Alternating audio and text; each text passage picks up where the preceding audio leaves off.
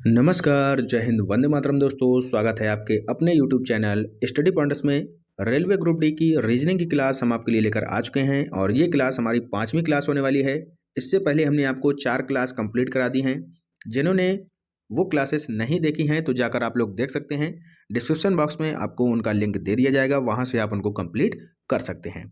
तो वीडियो बहुत ही अच्छा होने वाला है। क्वेश्चन बहुत ही अच्छे लेवल के हमने यहाँ पर लिए हैं, कुछ हार्ड हैं, कुछ सिंपल हैं, तो बहुत ही ध्यान से देखिएगा। और जो लोग चैनल से पहली बार जुड़े हैं तो चैनल को सब्सक्राइब कर लीजिएगा, बेल आइकन को प्रेस कर लीजिएगा, जिससे कि आने वाली वीडियो का नोटिफिकेशन आपको समय से मिल सके। तो चलिए शुरू करते हैं आज का इम्पोर्टेंट लेक्चर। तो पहला क्वेश्चन आपके सामने आ चुका है और ये शायद क्वेश्चन हमने आपको होमवर्क में दिया था, आपको करने के लिए बोला था। तो जिन्होंने किया है अच्छी बात है, जिन्होंने नहीं किया है वो भी यहाँ पर देख सकते हैं। इसको कैसे करना है चलिए देखते हैं। अमित की वर्षगांठ 16 अप्रैल 2020 को थी भैया। तो 16 अप्रैल 2020 हमने यहाँ पर नोट कर लिया, ठीक है। और उसकी पत्नी की जो वर्षगांठ है वो है 2 जून 2020। 2 जून 2020 क्लियर है। अब यहाँ पर क्या है, पूछा है कि 2 जून 2020 को कौन सा दिन था। 16 अप्रैल का दिन उसने दे दिया है कि इस दिन गुरुवार था, ठीक है। 16 अप्रैल 2020 को गुरुवार था, तो पूछा है कि 2 जून 2020 को कौन सा दिन होगा। क्लियर है। तो बहुत ही सिंपल क्वेश्चन है। देखिएगा ईयर सेम है, 2020 यहाँ है, 2020 यहाँ है, ठीक है। अंतर कितना है, अप्रैल का और मई का, उसके बाद जून, यानी कि कितने महीने हैं। एक तो अप्रैल है आपका, एक है आपका बीच में मई और एक है आपका जून, ठीक है। 3 महीने हैं। अप्रैल में कितने दिन बचे, ऑड डेज निकाल लीजिएगा सभी के। ये जो 16 अप्रैल है इसको नहीं लिया जाएगा, तो अप्रैल में बाकी बचे कितने दिन हैं, वो बचे हैं 14, ठीक है। उसके बाद मई में टोटल कितने दिन हैं, 31 दिन हैं। उसके बाद देखिएगा जून में कहाँ तक जाना है, केवल 2 तारीख तक, तो 2 जून, ठीक है। अब 7 के जितने भी मल्टीपल यहाँ पर बन रहे हैं उनको हम यहाँ पर काट देंगे। ये देखिए 7 दूनी 14, 7 का मल्टीपल है, ये कट जाएगा। यहाँ से ऑड डेज 0 आ गए। क्लियर है। यहाँ से ऑड डेज कितने मिले, 0 मिले। इसमें देखिएगा 7 से डिवाइड करेंगे तो 7 चौके 28, 3 आपका रिमाइंडर बचा, 3 आपका शेषफल बचा, तो वही हो गए ऑड डेज, ठीक है। अब यहाँ पर 2 है तो ये आपके 2 हो जाएंगे। अब ऑड डेज जोड़ लीजिएगा, 3 और 2 5। ऑड डेज कितने निकले, 5 निकले। तो जो आपका गुरुवार दिया था इसमें 5 ऐड हो जाएगा। गुरुवार में +5 कर देंगे तो दिन आपका निकल कर आ जाएगा और वो दिन आ जाएगा आपका ट्यूसडे यानी कि मंगलवार। क्लियर है। ये जो गुरुवार है यानी कि थर्सडे है, इसमें 5 ऐड कर देंगे तो आपका आंसर आ जाएगा मंगलवार यानी कि ट्यूसडे। क्लियर है। नेक्स्ट क्वेश्चन देखिएगा, आज की क्लास का पहला क्वेश्चन। निम्नलिखित के लिए उपयुक्त वेन आरेख चुनें, पेन, कंप्यूटर और पेपर। बताइएगा कौन सा वेन आरेख इसके लिए यहाँ पर करेक्ट होगा। देखिएगा तीनों चीज़ें अलग हैं, तीनों चीज़ें अलग हैं। ये है आपका पेन, ये है आपका कंप्यूटर और ये है आपका पेपर, ठीक है। तो राइट आंसर हो जाएगा ऑप्शन नंबर सी। क्लियर है भैया। आगे चलते हैं, नेक्स्ट क्वेश्चन देखते हैं। यहाँ पर क्वेश्चन को ध्यान से देखिएगा, बहुत ही अच्छा क्वेश्चन है। थोड़ा सा धुंधला दिख रहा होगा लेकिन मैनेज करिएगा। आप लोग जो है अपने मोबाइल को थोड़ा सा उसकी जो रेजोल्यूशन है उसको थोड़ा सा बढ़ा लीजिएगा, 720 कर लीजिएगा तो आपको अच्छा दिखने लगेगा, ठीक है। यहाँ पर लिखा है कि निम्नलिखित श्रृंखला में प्रश्न चिन्ह को कौन सा विकल्प प्रतिस्थापित करेगा। तो बताइएगा। सबसे पहला विकल्प यहाँ पर देखिएगा, ये है प्रश्न आकृति आपकी। तो यहाँ पर आप लोग केवल एक चीज़ को पकड़िएगा। ये देखिए त्रिभुज यहाँ पर बनना है, ये इस तरीके से त्रिभुज है, ठीक है। और ये इधर की ओर हो गया है, यानी कि पहले इसका जो मुख था, ये जो शीर्ष है इसका मुख था ऊपर उत्तर की ओर। अब ये सीधा डायरेक्ट अपोजिट हो गया दक्षिण की ओर, ठीक है। इसके बाद आगे ये मुड़ गया इधर पश्चिम की ओर, ठीक है। इस साइड मुड़ गया, अभी नीचे था, इसमें ऊपर था, ऊपर से डायरेक्ट नीचे हुआ और नीचे से डायरेक्ट यहाँ से पश्चिम की ओर। तो अब जो आगे यहाँ पर आकृति बनेगी वो बनेगी किस ओर बनेगी भैया, वो इस ओर बनेगी, यानी कि पूर्व की ओर, ठीक है। इस साइड बनेगी, ये होगा इसका सिरा। तो देखिएगा इस तरीके से पूरा ये गोल हो जाएगा और गोले के अंदर ही रहेगा। तो कहाँ पर है, इसमें तो त्रिभुज है नहीं, ये होगा नहीं। यहाँ पर ये गोले के बाहर आ गया है, ये भी नहीं होगा। बचा कौन, ऑप्शन ए। तो ऑप्शन ए कहाँ पर दिया है, ऑप्शन 2 में दिया है, ठीक है, ए वाला। तो यही हमारा राइट आंसर हो जाएगा, ठीक है। बिल्कुल सिंपल है, ध्यान से करिएगा, आसानी से हो जाएगा। अगला क्वेश्चन देखिएगा, निम्नलिखित श्रेणी में अगला अक्षर क्या होगा, ये आपको पूछा गया है। तो देखिएगा कैसे किया गया है यहाँ पर, बिल्कुल सिंपल क्वेश्चन है। बी की प्लेस वैल्यू 2 होती है, एफ की 6, यानी कि इन दोनों के बीच में जो जोड़ा गया है वो जोड़ा गया है +4, ठीक है। एफ से आई हुआ तो +3 हो गया, ठीक है। आई से एम हो गया, फिर से +4 हुआ, एम से पी हुआ, फिर से +2, और पी से टी हो गया तो फिर से +4 हुआ, ठीक है। क्लियर है। अब आगे फिर से +3 हो जाएगा टी में, तो टी की प्लेस वैल्यू होती है 20, और 20 में जब 3 ऐड कर देंगे तो हो जाएगा 23, और 23 प्लेस वैल्यू किसकी होती है, तो वो होती है डब्लू की। तो डब्लू इसका राइट आंसर हो जाएगा, ऑप्शन नंबर डी करेक्ट हो जाएगा, ठीक है। समझ में आ रहा है? नहीं आया तो फिर से देख लीजिएगा। इन सभी की आपको प्लेस वैल्यू याद होनी चाहिए, जैसे कि इसकी 2 होती है, फिर इसकी 6 होती है, आई 9 होती है, ठीक है, एम की 13 हो गई, ठीक है, इसके बाद इसकी 17 हो गई, इसकी 20 हो गई, ठीक है। तो देखिएगा 2 + 4 6, 6 + 3 9, 9 4 13, 13 और 4 17, 17 3 20, और 20 4 आगे हो जाएगा। सॉरी, यहाँ पर कुछ गलत हो रहा है क्या? कुछ गलत हो रहा है क्या? PQR MNOP यहाँ पर 16 होगा, 13 3 16, हाँ 16 4 20, ठीक है। इस तरीके से आपको याद रखना है, डब्लू इसका करेक्ट आंसर हो जाएगा, ठीक है। नेक्स्ट क्वेश्चन देखिएगा। प्रश्न आकृति में दिए गए प्रश्न चिन्ह को कौन सी उत्तर आकृति प्रतिस्थापित करेगी, ये आपसे पूछा गया है। तो बहुत ही सिंपल है। सबसे पहले देखिएगा, ये एक गोला आपको दिया गया है बड़ा वाला, ये देखिए दिया है, और ये 2 छोटे छोटे गोले हैं, ये अलग है। अब इसमें देखिएगा ये बड़ा गोला हो गया, इसके अंदर 2 छोटे छोटे गोले आ गए, ठीक है। यही आपको आगे करना है। ये बॉक्स अंदर, यहाँ पर आपको बॉक्स बनाना है। क्या बनाना है? बॉक्स बनाना है। इस तरीके से ये आपका बॉक्स बन जाएगा, और ये जो 2 छोटे छोटे गोले हैं ये इसके अंदर आ जाएंगे इस तरीके से। समझ रहे हैं? तो ये आकृति कहाँ पर है? ये आकृति आपको मिलती है ऑप्शन बी में। तो ये बी हमारा राइट आंसर हो जाएगा। ये कहाँ पर है? ऑप्शन नंबर ए में बी दिया है, तो यही हमारा करेक्ट आंसर हो जाएगा। क्लियर है? बहुत ही अच्छा क्वेश्चन है, ध्यान से करिएगा। नेक्स्ट क्वेश्चन देखिएगा, निम्न आकृति का दर्पण प्रतिबिंब चुनें। तो दर्पण प्रतिबिंब आपको चुनना है। ये कोई एक मान लीजिए एम एन आकृति का यहाँ पर दर्पण दिया है, तो इसके यहाँ पर विपरीत क्या होगा, दर्पण प्रतिबिंब कैसा बनेगा वो आपको चुनना है। तो देखिएगा यहाँ पर जो ये डार्क पार्ट है, ये वाला, ये पार्ट घूमकर कहाँ आ जाएगा? इधर आ जाएगा, ठीक है। और ये वाला पार्ट घूमकर जो चौकोर इधर दिया है, ठीक है, ये इधर आ जाएगा। ऐसे ही इसको, ये वाला खाली जो पार्ट है ये इधर आ जाएगा, ठीक है। क्लियर है? तो यही हमारा राइट आंसर हो जाएगा, अपोजिट हो जाएगा इस साइड का। अब यहाँ पर देखिएगा, ये क्यों नहीं होगा? ये सेम बना है, जैसा ये बना है वैसा ये बना है, ये तो होगा नहीं। अब एक यहाँ डार्क है, एक यहाँ डार्क है, ये अपोजिट हो गया, ये भी नहीं होगा। ये भी अपोजिट हो गया, ये भी नहीं होगा। बचा क्या? Option A. और ऑप्शन ए कहाँ दिया है? 2 नंबर पे, तो यही हमारा राइट आंसर हो जाएगा। क्लियर है सभी को? आगे चलते हैं। नेक्स्ट क्वेश्चन देखिएगा, बहुत ही अच्छा क्वेश्चन है, ध्यान से करिएगा सभी लोग। कैसे करना है बताइएगा। श्रृंखला का अगला पद यहाँ पर आपको निकालना है। देखिएगा, एल की प्लेस वैल्यू 12 दी है, ठीक है, बिल्कुल सही। एन की प्लेस वैल्यू 14 दी है। पी की प्लेस वैल्यू 16 होती है, ठीक है। क्लियर है? अब देखिएगा, 12 से +2 हो गया 14, ठीक है। 14 से +2 हुआ 16, 16 से +2 हो जाएगा 18, 18 प्लेस वैल्यू आर की होती है, तो आर 18 आ जाएगा, ठीक है। आर 18 आ गया। अब एस वाले तो ये कैंसिल हो गए। अब बचे 2 ऑप्शन, ए और डी, इनमें से कोई सही होगा। अब आगे देखिएगा, 3 से 9 हुआ, इंटू में 3 किया गया, 3 त्रिका 9, ठीक है। 9 से 27 हुआ, फिर से इंटू में 3 किया गया, 9 तियाँ 27। अब 27 से यहाँ पर क्या होगा, फिर से इंटू 3 कर लीजिएगा। 27 तिहाई कितना होता है? 81, 81। तो आंसर हो जाएगा 81 R 18, ठीक है। 81 R 18 ये हमारा राइट आंसर हो जाएगा, ऑप्शन डी। क्लियर है सभी को? बिल्कुल सिंपल क्वेश्चन है, आसानी से समझ में आ गया होगा। अगला क्वेश्चन स्टेटमेंट वाला है, यानी कि कथन का है। कथन और अवधारणाएं करिएगा। बहुत ही अच्छा क्वेश्चन है, यहाँ पर आप लोग फंस जाते हैं।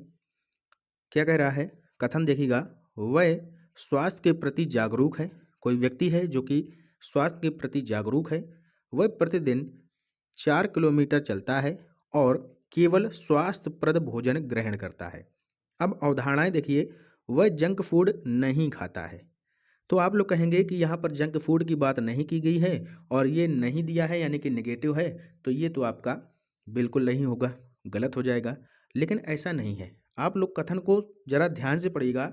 एक शब्द यहाँ पर दिया है, वो दिया है केवल, वो शब्द दिया है केवल। अब केवल से यहाँ पर क्या स्पष्ट होता है कि वो केवल स्वास्थ्यप्रद भोजन ग्रहण करता है, यानी कि केवल और केवल वो स्वास्थ्य जो आपका स्वास्थ्य के लिए लाभदायक होगा वही भोजन करता है। ये 100% बात सही है।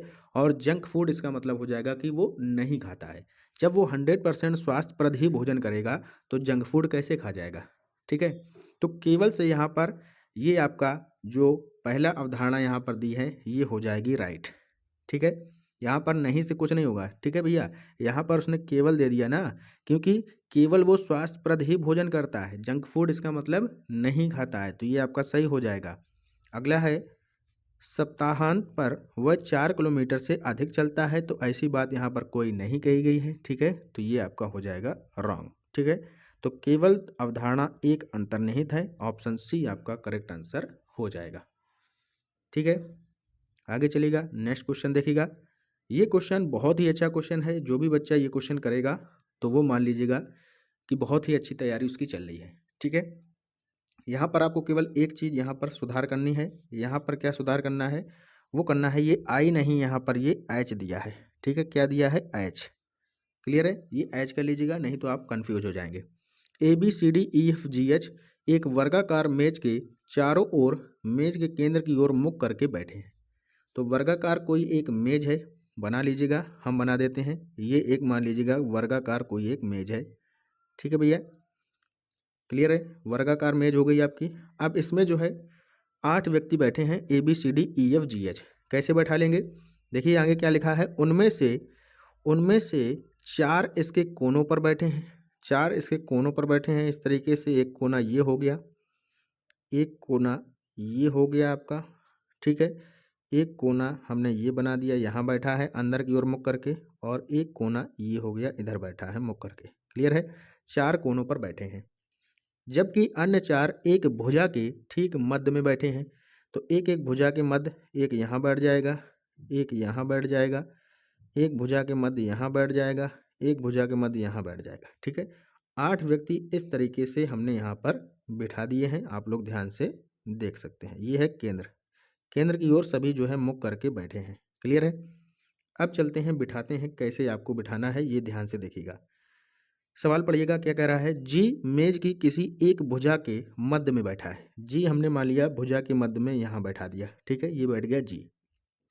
अब देखिएगा, ई जी के ठीक बगल में बैठा है। तो जी यहाँ पर है, इसके ठीक बगल में हमने यहाँ पर किसको बिठा दिया? ई को बिठा दिया। ई जो है यहाँ बैठ गया। क्लियर है? ई को थोड़ा सा अच्छे से बना देते हैं। ई कहाँ पर बैठ गया? ये बैठ गया ई। क्लियर है? अब क्या कह रहा है आगे? ई और एफ के बाईं ओर तीसरे स्थान पर बैठा है। ई जो है एफ के बाईं ओर तीसरे स्थान पर बैठा है। तो एफ के बाईं ओर बैठा है तीसरे स्थान पर, तो एफ कहाँ आएगा? एफ आ जाएगा यहाँ पर। अब इसका तीसरा बायां कहाँ हो जाएगा? 1 2 और 3 यहाँ पर। ठीक है, तो ई आ गया आपके एफ के बाईं ओर तीसरे स्थान पर। क्लियर है सभी को? अब देखिएगा आगे, एफ और एच के बीच केवल 3 व्यक्ति बैठे हैं। एफ यहाँ पर है और एच कहाँ होगा? चाहे हम ऊपर से गिने 1 2 3, ये 3 व्यक्ति बीच में हो जाएंगे, या तो नीचे गिन लीजिएगा 1 2 3, यहाँ पर बैठ जाएगा एच। तो एफ और एच, ये एफ और एच के बीच में 3 व्यक्ति हो गए। क्लियर है? अब आगे चलते हैं, बी एच के बाईं ओर ठीक बगल में बैठा है। बी जो है वो एच के बाईं ओर, तो एच ये है, इसका बायां क्या हो जाएगा? ये हो जाएगा, इसके बगल में बैठ जाएगा बी बाईं ओर। क्लियर है? अब आगे देखते हैं, सी ए के सी जो है ए के दाईं ओर तीसरे स्थान पर बैठा है। सी जो है वो ए के दाईं ओर, तो ए हमने मान लीजिए यहाँ पे बिठा दिया, इसका दायां हो जाएगा इधर की ओर, तो 1 2 3, तीसरा स्थान ये हो गया। ए के दाएं सी बैठा दिया। ठीक है, अब क्या कह रहा है? अब इसमें से देखिए बचा कौन? बचा आपका डी, तो डी यहाँ आ जाएगा। अब क्या कह रहा है क्वेश्चन कि डी के दाईं ओर तीसरे स्थान पर कौन बैठा है? अब डी के दाईं ओर तीसरे स्थान पर कौन बैठा है? देख लीजिएगा, डी यहाँ है, इसका दायां इस साइड होगा, इसके दाईं ओर तीसरे स्थान पर, तो ये तो पहला हो गया, ये दूसरा हो गया, तीसरा स्थान एच का आ रहा है, तो डी के दाएं तीसरे स्थान पर एच आएगा। ऑप्शन डी इसका करेक्ट आंसर हो जाएगा एच। क्लियर है सभी को? अगर आपको समझ में नहीं आया है तो एक बार फिर से वीडियो को बैक करके देखिएगा, हमने बहुत ही अच्छे से समझाया है, आपको समझ में 100% आ जाएगा। पुश करिएगा, उसको बैक करिएगा, फिर से देखिएगा, आपको अच्छे से समझ में आ जाएगा। ठीक है, नेक्स्ट क्वेश्चन देखते हैं। अगला क्वेश्चन है, प्रधानाध्यापिका ने घोषणा की कि अब से प्रत्येक बुधवार को, क्या घोषणा की कि अब से प्रत्येक बुधवार को असेंबली के बाद कहानी सुनाने का सत्र लागू किया जाएगा। ठीक है भैया, कहानी सुनाने का सत्र लागू किया जाएगा।